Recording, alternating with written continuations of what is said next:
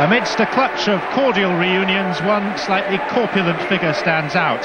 Tomas Brolin cost Leeds £250,000 for every game he played during a rather unhappy spell in Yorkshire.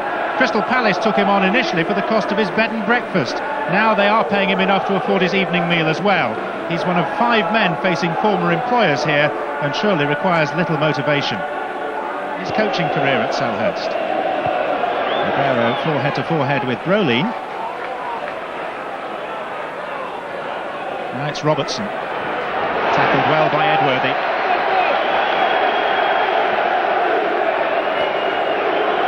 And that knock to the head that Tomas Brolin sustained in an aerial challenge just a moment ago seems to have had a belated effect.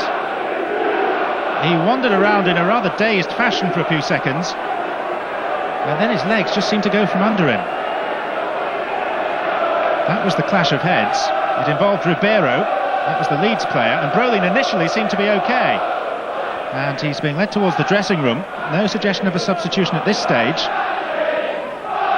But presumably he may need a stitch or two. Kelly. And Wallace is onside this time. Only the keeper to beat. Straight through his legs. Only for Steve Coppell's thoughts at this stage. And on the far side of the pitch, complete with head bandage, comes one side's hero and the other side's anti-hero. Tomas Brolin is back with us after 6 minutes off the field. Palace are restored to their full complement.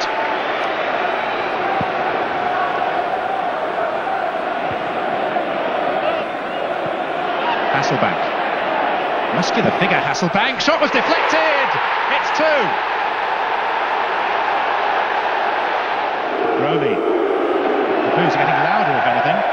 Oh, and then the clearance from Kelly is completely done for his head bandage. He looks rather like a punch-drunk boxer. And this is not proving to be a happy return against his former employers.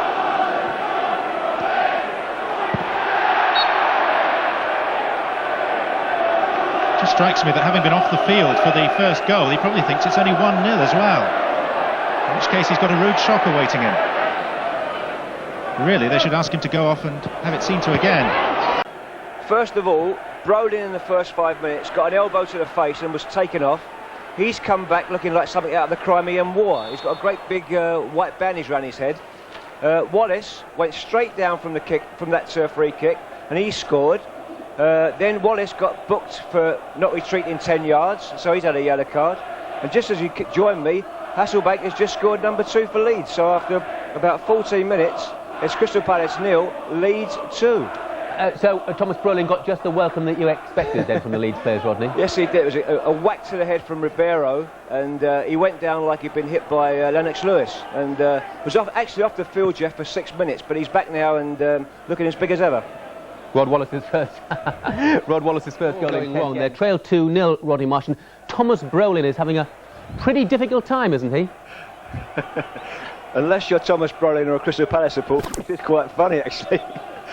Brolin has been in about 7 incidents already, including being off the field for 6 minutes, having a head wound, bandage with an enormous bandage. He came straight back on, Jeff, and got the ball flush in the face.